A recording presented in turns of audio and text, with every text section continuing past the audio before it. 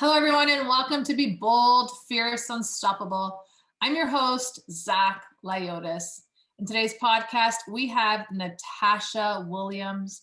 Dr. Natasha Williams is a clinical psychologist, professional, speaker, best-selling author, and one of the clinical directors of Allied Psychology Services in Toronto, Canada. By redefining selfishness, using her radical self-care and empowerment expertise, Dr. Williams moves individuals from typical self-care to radical self-care so they can improve their physical, emotional, and mental well-being. Welcome, Dr. Natasha, to the show. Thank you for having me. Thank you. Such a pleasure to have you here. So important for everything that you're doing right now on such a deeper level. And I want to talk about this because I love the word radical. Thank you. Yes, exactly. We need to embrace that. Yes. And not many women want to embrace this radical change in life because it's fearful as well. Exactly. And that's the interesting thing about all of this is because when we move into a next level, a next realm, there has to be fear involved in that. But a lot of times we're so afraid of that fear, we use avoidance as a way to cope.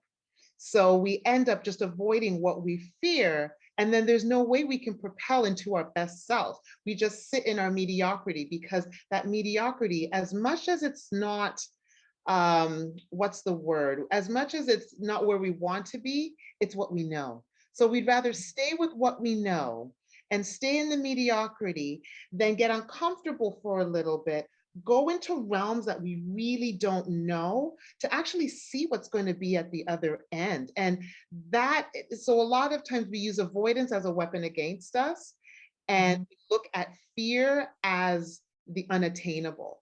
And once we move out of that, and again, not easy and easier said than done, but if you're willing to take the steps, then only God knows where He can propel you, because you're now working in that place of fear, but you're an open vessel for God to do what He needs to do in your life without using that fear as a blockade or a barrier.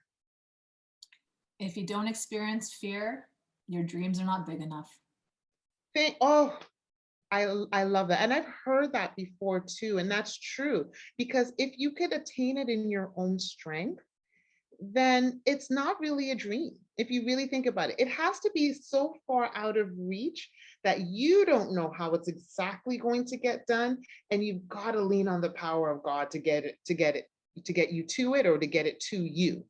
Right. And it's in that fear that you're like, I need to leap. I'm going to leap.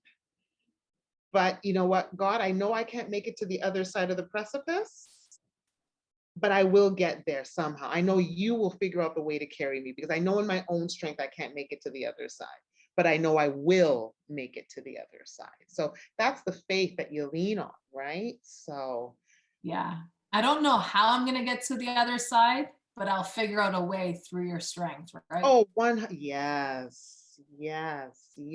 And I noticed that a lot of people don't lean into that. And that's why a lot of people miss their purpose. And that's why I was so enthralled by using the word radical, because a lot of times when we look at self-care, the minute we hear that word self-care, we go towards okay, let's go to the spa once in a blue moon. Let's go get our nails done, our feet done. I'm just going to take a little bit of a break.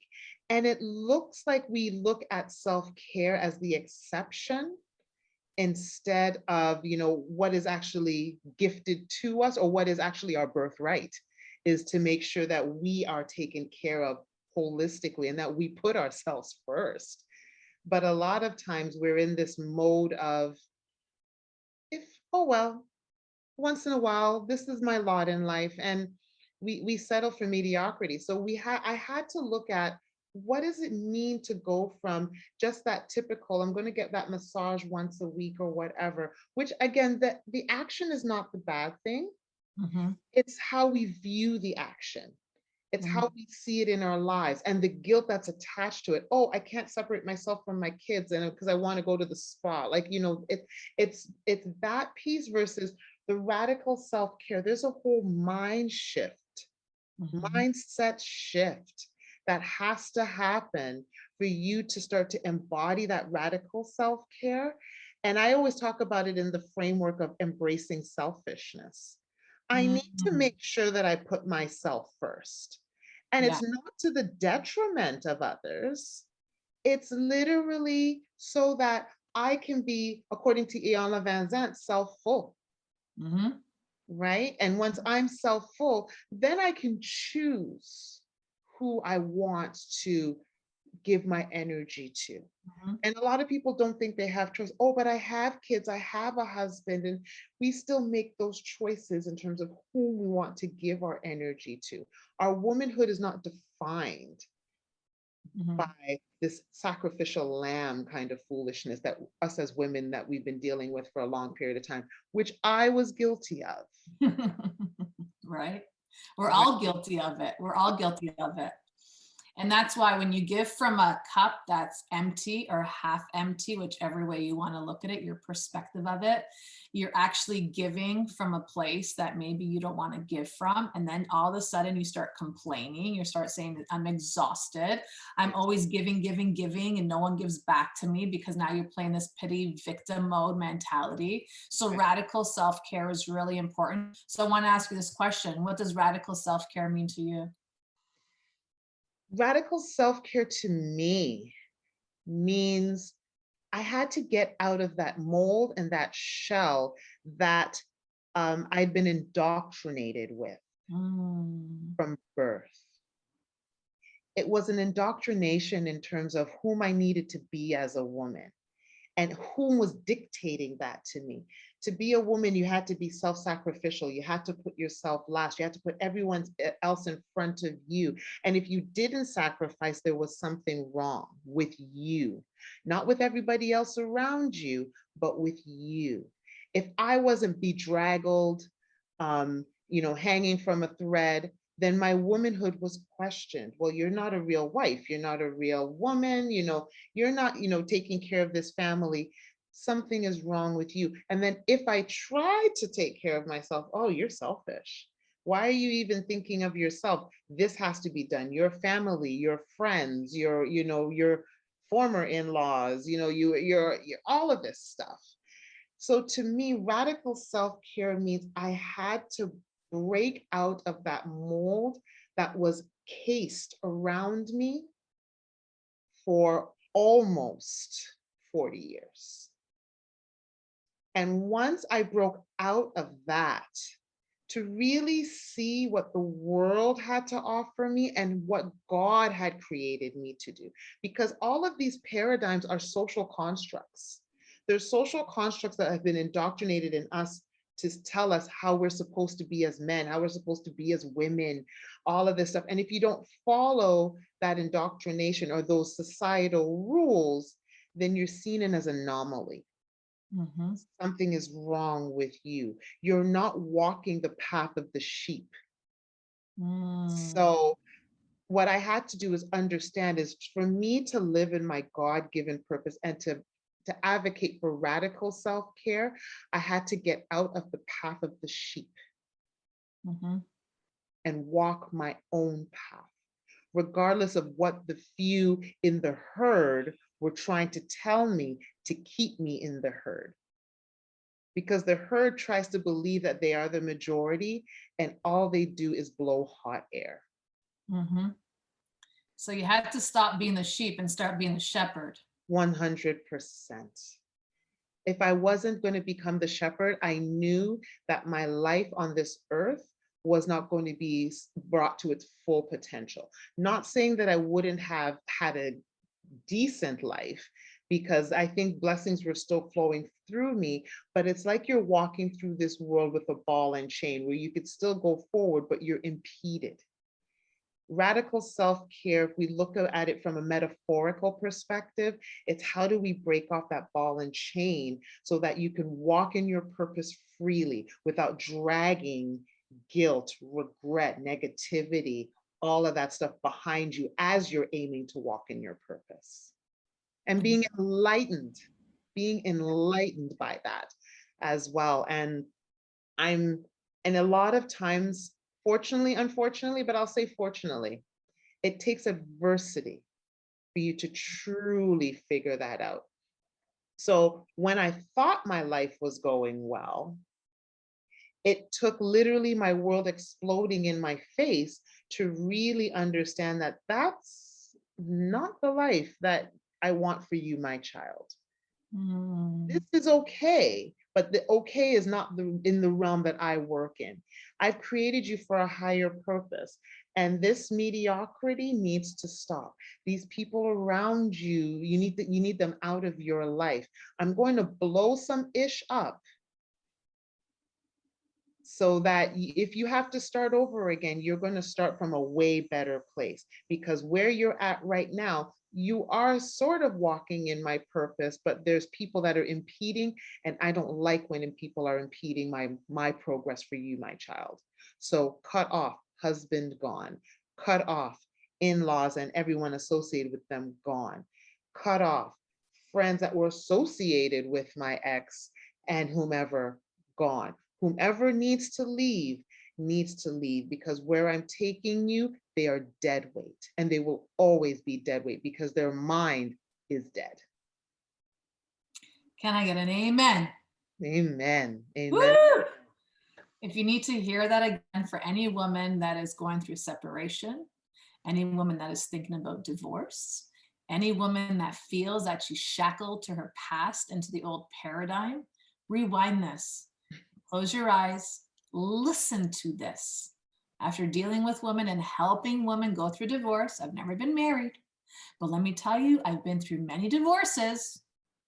This is something that every woman experiences, and they go through it and then they feel bad because they're going through it and what people are going to think and what people are going to say.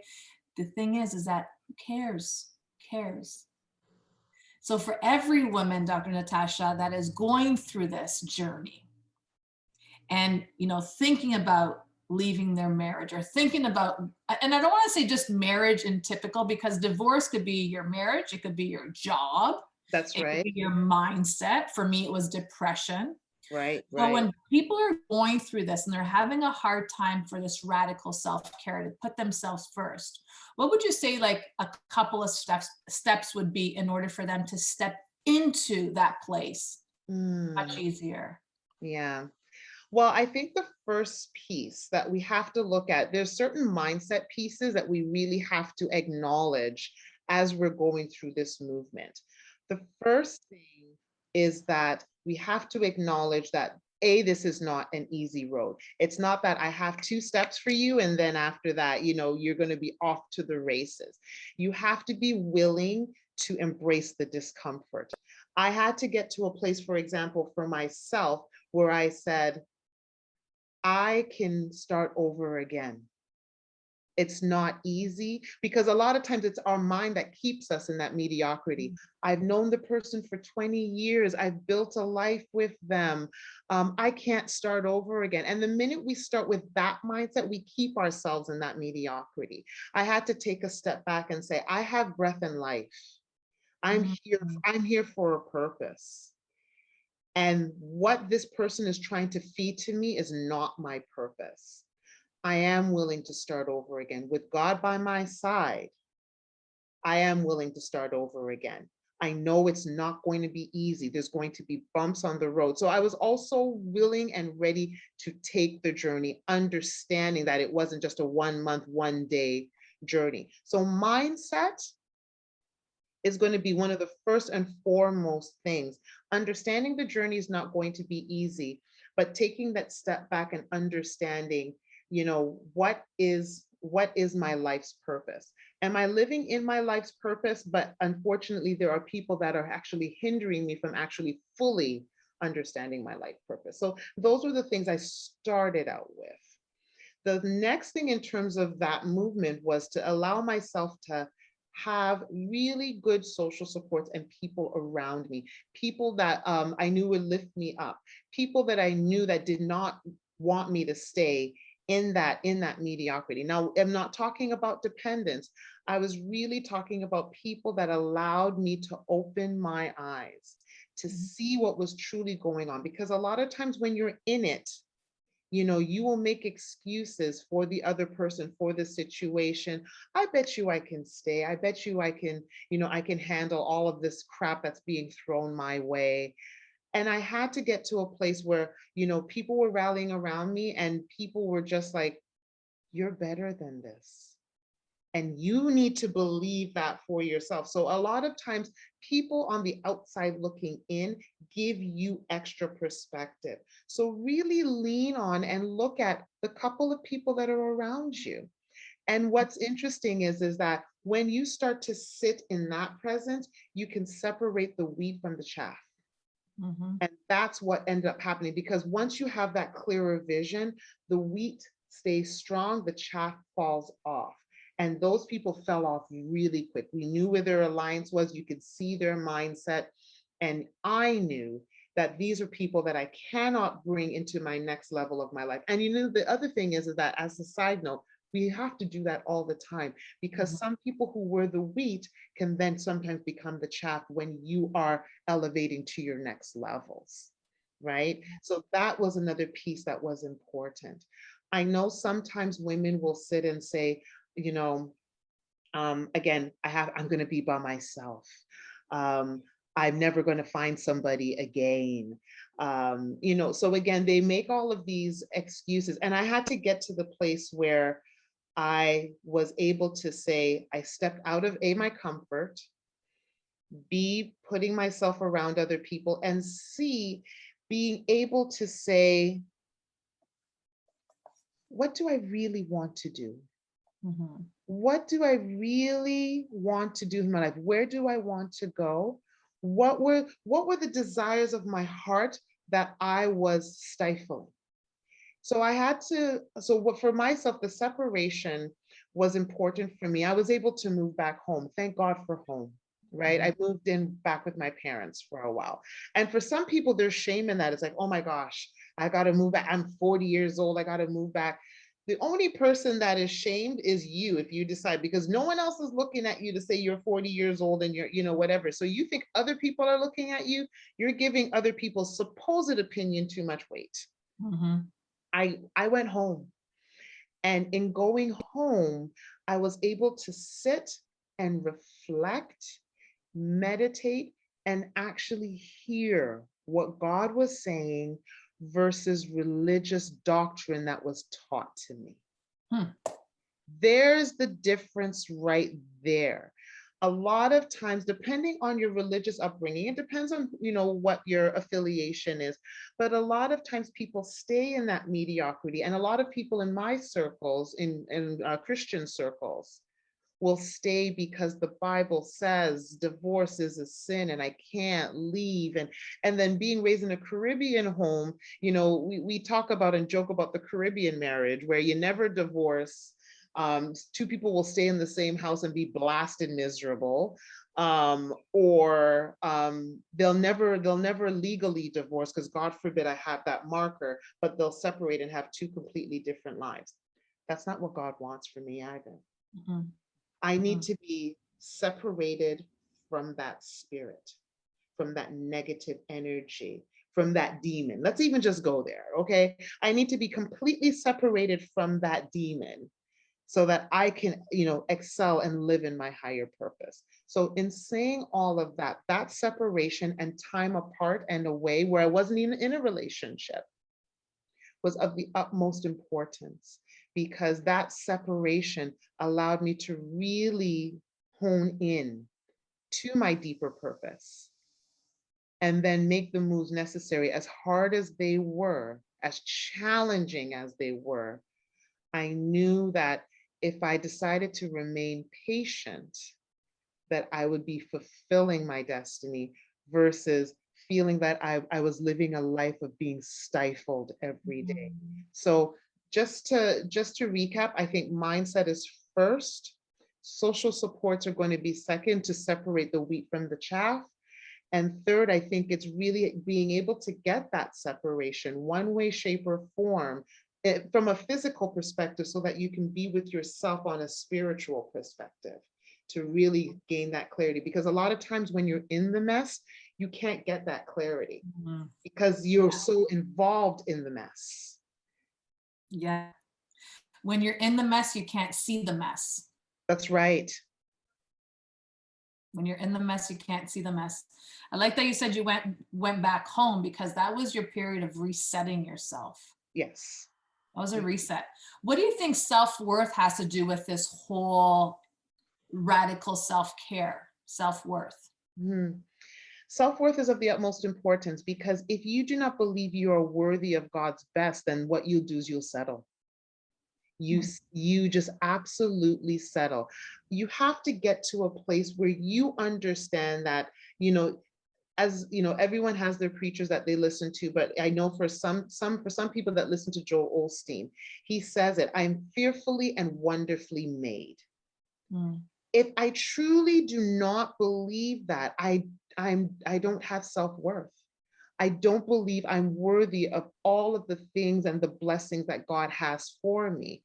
It's like I believe I have to live a life of suffering. Mm. And that is not what God wants for us and for his children. I know that I am worthy of everything that this world has to offer. Physically, materially, spiritually, I am worthy of all of it. If I didn't believe so, then I would stay in mediocrity and Mm. think that that's it. So your self-worth is of the utmost importance, because it allows you actually to even see beyond what you're in right now, because you might be in something that may be challenging, but you know you're not staying there, because your self-worth is of such that you can then go and say, I might be here, but I'm not going to be here for long. When your self-worth is being depleted, or when someone has eroded or contributed to the erosion of your self-worth, then you stay in those mucky places. And it's in staying there that you continue to erode and you become dark. Mm-hmm. So your self-worth is paramount for you to embody and embrace radical self-care. Because if you do not believe that you are worthy, then you believe what is being fed to you. Yeah, absolutely. What were some of the greatest lessons you learned about yourself going through the process of divorce?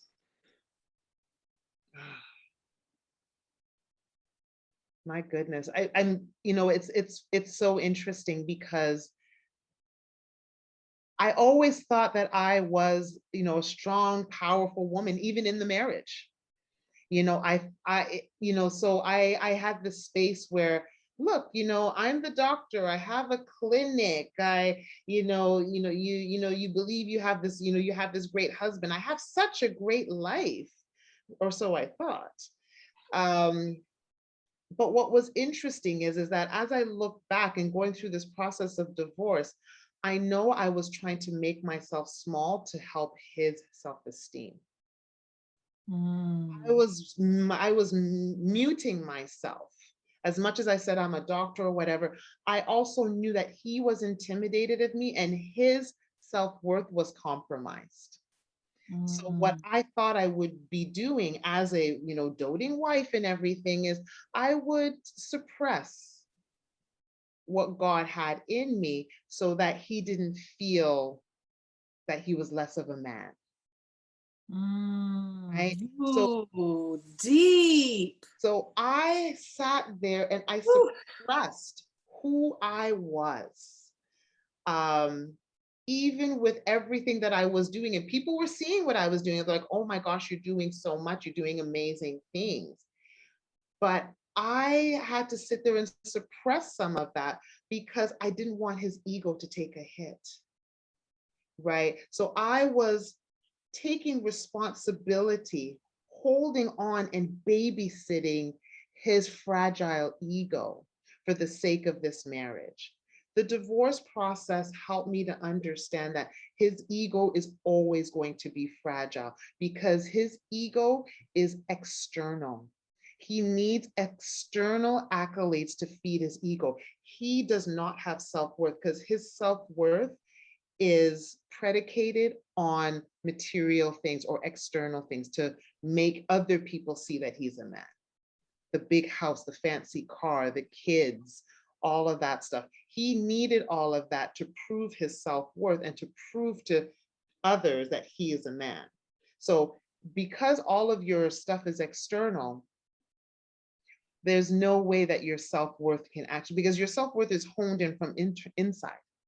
Mm-hmm. Mm-hmm. And I had to learn through the divorce process that I am not the babysitter of his feelings, his ego, his fragile feelings. I had to get to the place where I'm like, I need to get out of this because I'm dying inside while I'm taking responsibility for breathing life into him. And a relationship can't last that way because you're eroding while you're trying to prop somebody else up. My life was way more than the death that he was spewing out of his mouth. Right. So that's what the process really taught me. It taught me to stand taller because I thought I was standing tall, but it helped me to stand taller, speak bolder, not give a flying leap of anybody's, opinions or that kind of thing, because I know what God says about me. And when you get to the place where you have the divorce, actually, I will say this much as well. This divorce brought me closer to God. I have a closer relationship with God now than I did when I was married. And I've been raised in the Christian church. I've had a relationship with Jesus Christ. I've always been very proud of that, and a lot of people knew that I was, always a woman of faith. But my divorce actually allowed me to see God, not just worship God. I see him, and I see him in me and through me. And it took the divorce for me to truly understand that. And that to me was the greatest gift. So ladies, if your relationship is putting a damper on your fire in order for you to hold someone's ego on a pedestal, really question yourself. Why are you stifling your fire, your purpose, your higher consciousness to bring someone's ego to light? That ego is not serving you by any means. And this is exactly what Dr. Natasha is saying. She recognized herself through that process of her divorce, that she was putting her husband's ego on a pedestal while she was stifling the truth of who she was. That's really deep. And the wrong person was on the pedestal. Let's put it that way. Yeah. To have a healthy marriage and healthy relationship, God needs to be on that pedestal and not your husband. I got goosebumps all over my body as you said that. All over my body.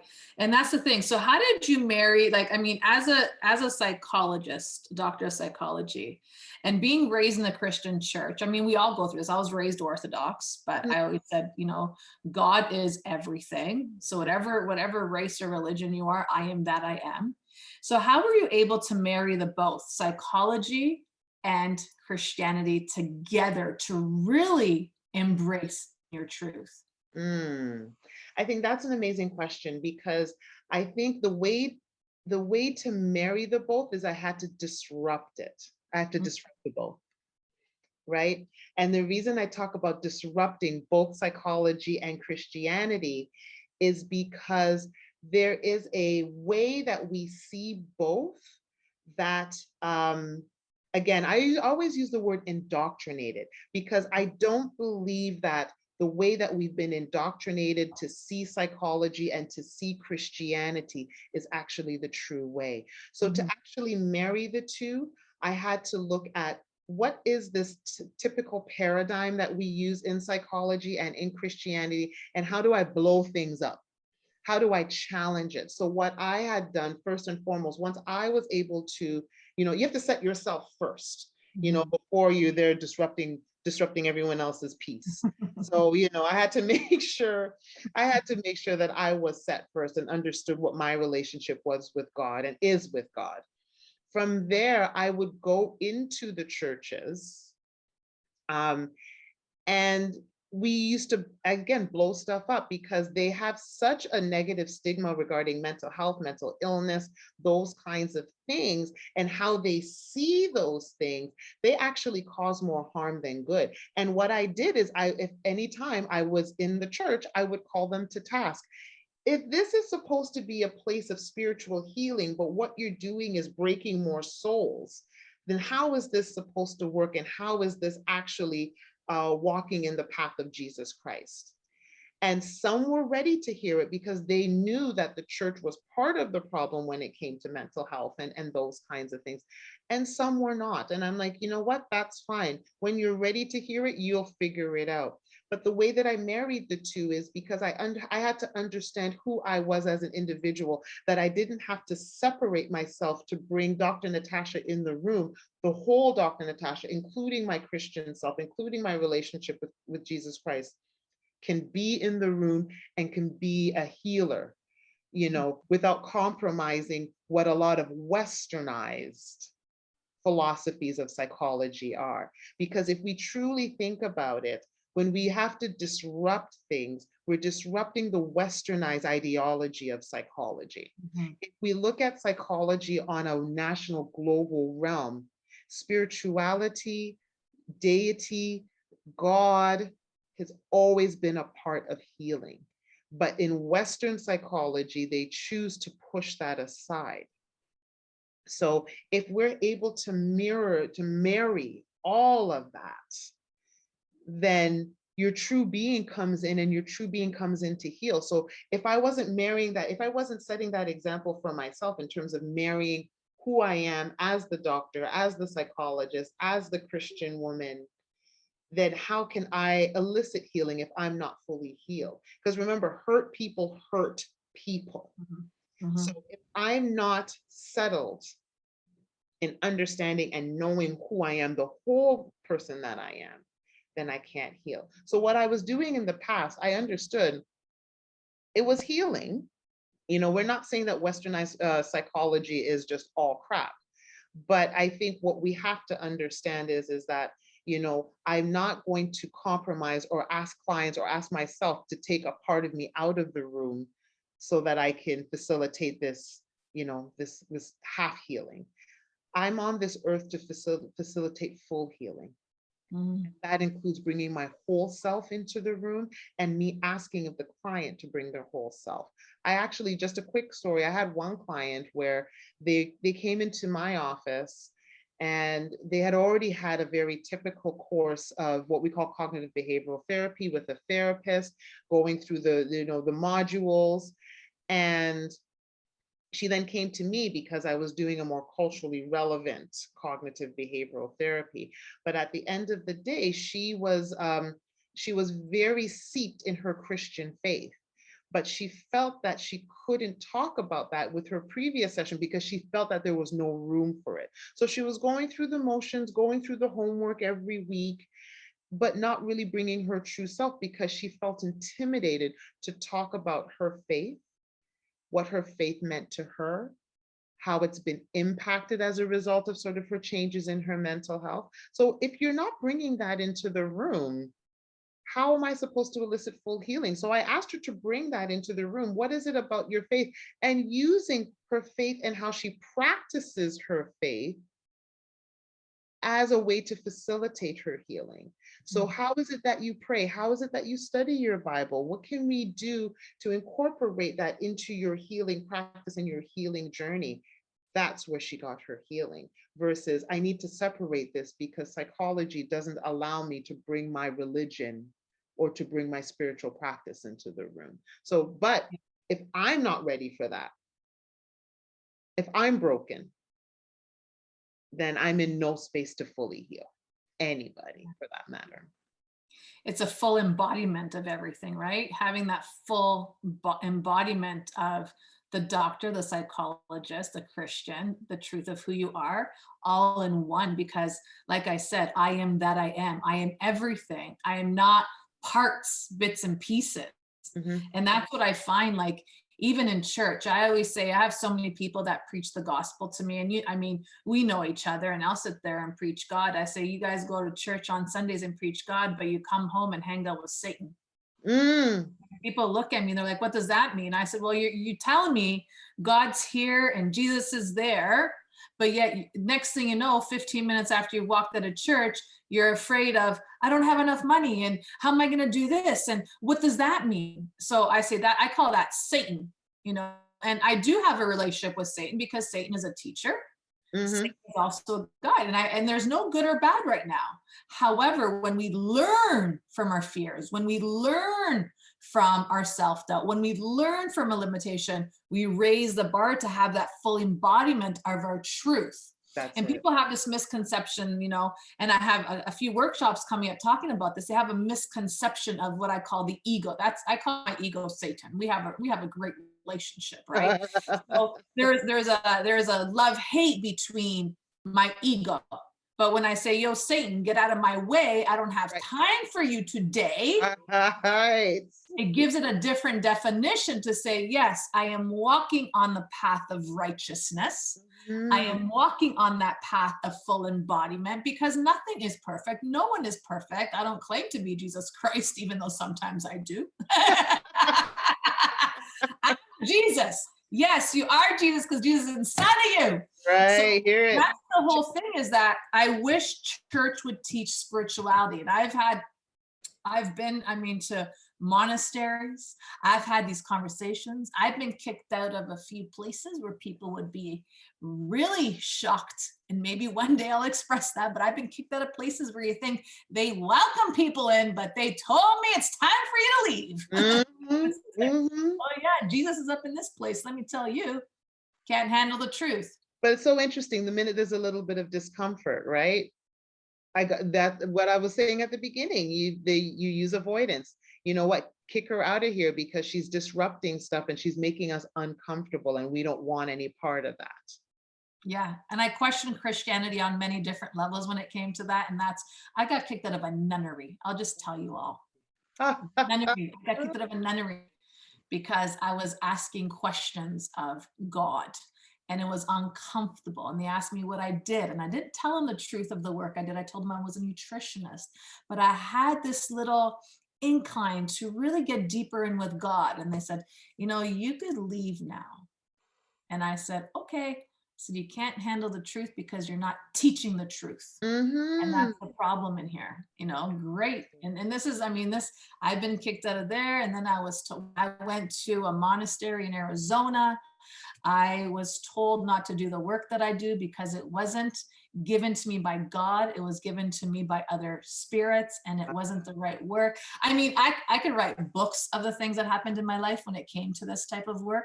So I just crack up jokes about it now, because if we taught spirituality and Christianity and fused everything together, there wouldn't be such great mental health, people going to a place of refuge and not finding themselves. Absolutely. Absolutely. It's so odd that you have to leave the church to get your mental health in check. That to me makes absolutely no sense. And it's not the way Jesus lived. Like, that's the thing. You're teaching religion, you're not teaching Jesus Christ.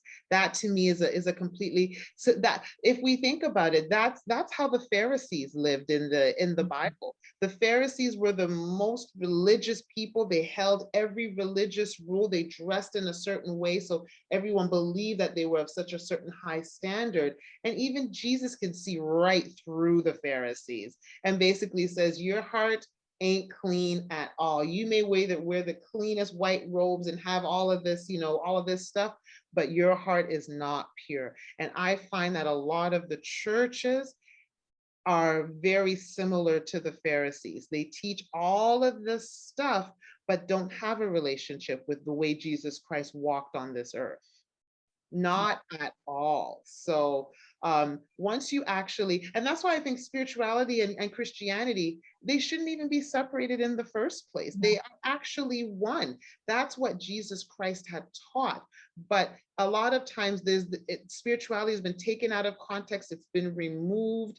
It's been idolized. It's been demonized. And the church wants nothing to do with that, because God forbid you try to challenge me and what I've been indoctrinated with, right? God forbid, versus standing on the absolute truth that has been given to us versus what makes you feel comfortable. Yeah, absolutely. And that's where I learned, I mean, like I said, growing up Orthodox. I remember mom said to me, no, when I start taking you to church, you were screaming that you didn't want to go in the church. They literally had to hold me down and bless me. And it's so interesting how this all evolves. But I'll just say this, and I'm going to put this on the record. And if I have you Christians come at me, then I have you Christians come at me. But look in the mirror before you come at me. Amen. Religion is a man-made belief system that's a cult. And if you want to say that's the same thing for spirituality, I'll take that, because we live on a different frequency. But when you look at religion, why is every religion different? Mm-hmm. When Orthodox and Catholic have been together, why did they separate? Because it was a division due to finances. It was money that separated them. So when you look at religion, it's a man-made situation. When you look at spirituality, it's the wholeness of love. Now, if they could teach love in church, and I know they do teach love in church at the end of the day, it's not like everyone's different, but at the end of the day, find that place within yourself. Don't go preaching on Wednesdays. Don't go preaching on Sundays, but hanging out with Satan on Mondays. At the end of the day, build that strong foundation. That foundation is within yourself. It's not outside of you, it's inside of you. Really come to terms with what's going on in your mind, come to terms with what's going on with your heart, and really capture parts of you. I've always said that I would have the best TV show. My mom is religious and I am spiritual. Let's have a conversation. Yeah. Oh, I would watch that for sure. And then my mom's like, shut up, go to church on Sunday. And I said, why? So people could see what I'm wearing and sit there and judge me while I'm in church? Oh my goodness. Right? So there's a big joke that we have in this house. However, I go to church once in a blue moon when I'm called to go to church. It's really interesting because a lot of my teachings, sometimes I would go to church and my teachings came in church. How to ground myself came in church. How to pray came in church. Oh, So yeah. certain things happened to me in church, but it wasn't when there was a service. It was when the church was closed, I would walk in. Interesting enough. Go figure. Yeah. So it was an interesting situation there. But Dr. Natasha, you have an event coming up December 4th here in Toronto, Canada. I am part of that. I'm so honored and blessed to be part of that panel. Can we talk a little bit about that event? Absolutely. So yes, we are having, and I am hosting a radical self-care and empowerment summit. It is December 4th. It is at the Artistic Events and Decor venue in Mississauga. So anybody that is in the GTHA, so Greater Toronto and beyond, feel free to purchase your tickets and come to this event. It is an intimate VIP women's only event, right? So we are going to power up these VIP women with knowledge, wisdom, skills, tools, things that they need to get out of 2021 with the tools and to propel themselves into 2022. I think it's 2021, but go into 2022 with the steps that they need to get out of this feeling of mediocrity, being stuck. It's time to get unstuck and get your feet moving one foot at a time to get ourselves to what our purpose is. How is it that you're going to find your purpose? We're going to tell you the steps that you need to embody to find your purpose. Body, mind, and spirit. We're talking about transformative healing. We're not just talking about here, just do this move, here, just think this thought. We have yourself. You've got myself. We've got Sophia Wright, who's going to be talking about how do we heal through movement and exercise. We have Keisha Luke, who's going to be talking about nutrition and how to heal the gut through nutrition. So we have to look at how do we give the tools and skills that women are going to need for full healing, full empowerment, not just a mindset thing here and a movement there. What are the tools? So you're going to get them. There's going to be seminars by each of us where we're going to impart you with the tools and the skills to start that journey. It's not that it's going to give you everything, but it's going to give you a start, because we also have to recognize that this journey is a process. The process starts December 4th. We want you to come to get the tools and the skills that you need to start that process. Mediocrity is done. We're leaving 2021 and mediocrity stays in 2021. Come to our VIP event, come to the Radical Self-Care and Empowerment Summit, where we are going to propel ourselves into 2022. Now, here's the other thing as well. It's not just the summit. We've got food. We've got a wine and cocktail bar. We have a band. So we have an atmosphere that is going to be not only of learning, but of fun, of sisterhood, of joy. So we're actually looking at this as an amazing, empowering event. And also each person that comes to the VIP summit will leave with beautiful goodies from all of us, which will include my new book as well. And my new book is called You Are Not Every Woman, Becoming the Best Version of You. So everyone will get a copy of that, plus goodies from all of us as educators and speakers. So I'm excited, as you can tell, because I could talk about it all day, but we need you to come. Limited amount of tickets. It's an intimate affair. We're only selling 35 tickets. Very intimate. We're making it an intimate affair so that you can leave different than when you came. There is no way that you're going to leave the same person that you came as. So get ready for that transformation. I'm excited, Zach. I'm so excited that you're alongside with me, as well as Sophia and Keisha. I'm so excited because I totally forgot that you were having a band until you just mentioned it. And I was sitting here, I'm like, what is she talking about? What extra thing is she talking about? Wait, like extra things. Okay, I'm doing spirituality and how to read energy. Sophia's talking about body movement. He's talking about, like, what is she talking about? And he's the band. So we're also celebrating your new self as we let go of your old self. So guys, ladies, I should say, not guys, ladies, if you are ready for a transformation of a life from mediocrity to extraordinary, because that's what we do, a full embodiment of extraordinary. These women are incredible women. I had the pleasure of knowing them all. This is why I'm telling you this.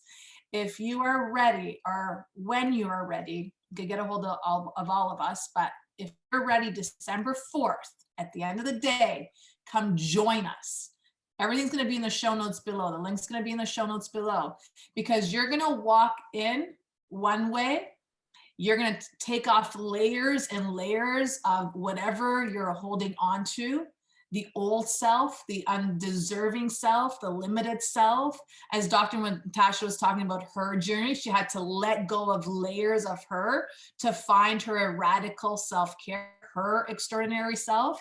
And you're going to walk out after celebrating with a band and wine and cheese and gathering and community and entertainment, because what we're doing is that we're celebrating the new self that's going to come out. So I'm so excited. I just can't wait till December 4th. I'll be honest with you. I am absolutely thrilled. I'm so excited. Little surprises along the way, maybe possible giveaways here and there as well. Yes. But, again, there's going to be so much celebrating to be had there. We're not going to leave the same way that we came in. It's going to be transformative. And I'm looking forward to celebrating and embodying all of that with everybody. So I'm so excited. I can't wait till December 4th, because it's all about celebration. It's about shedding and celebrating. Shed the old, celebrate the new, and walk into 2022 with that new sense of renewed self. So I can't wait. Yeah, so this event's December 4th, guys, or ladies. I don't know why I keep on saying guys, but I know why, because after this event, I am pretty certain that we're going to make it bigger, bolder, better. And I know that I'm pretty certain that the guys will be involved as well, because I'm pretty sure we can't just have the ladies getting all of this information and seeking this transformation, and the men aren't also seeking it too. So it's because we're going to be doing this bigger and bolder shortly. So I'm speaking it into existence. That's what I'm doing right now. Prophesy. Prophesy. It's a prophesy. So bold, fierce, unstoppable meets radical self-care and embodying your true existence of your purpose, your beauty. I'll be having a giveaway in that bag that we're going to use to really dig deep within yourself. It's something that came through me channeled, and I'm excited. I'm not going to tell you what it is now. You have to be at the event. Right. You have to be at the event, December 4th, 2021. Like I said, there's the link in the bio in the description below. And this is something that's going to change your life forever.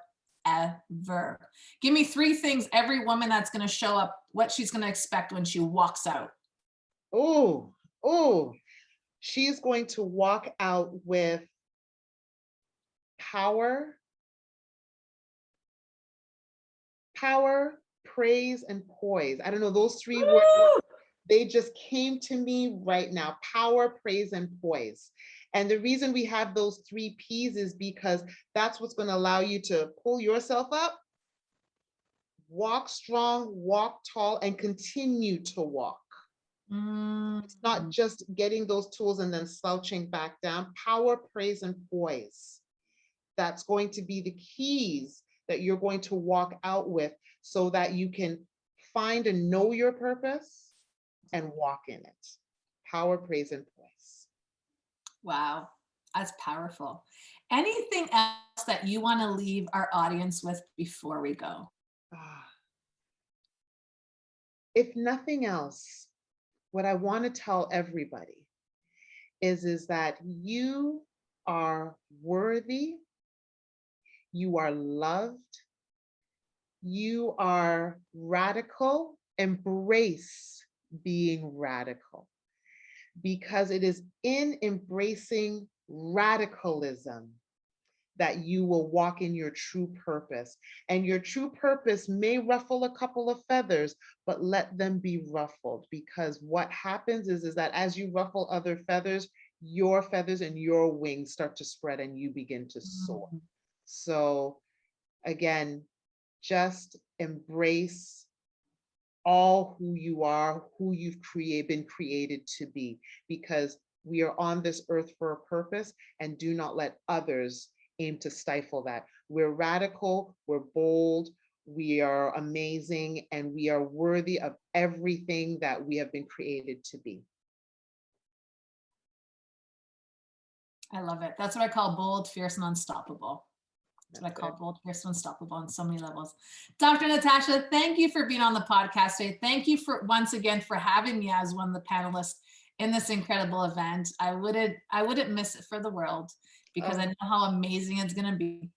Thank you for your presence. Thank you for your light. And thank you for stepping in your purpose and coming to us with your full embodiment of your Christ consciousness, because that's exactly what the world needs more of. Thank you so much for having me. I appreciate it. Everyone, to get a hold of Dr. Natasha, please look at the show notes below. Also join us December 4th. The link is going to be again in the show notes below. Follow us on our private Facebook group, The Empress Hangout, and like us on Instagram, again in the show notes below. Until next time, have yourself a great day. Bye for now.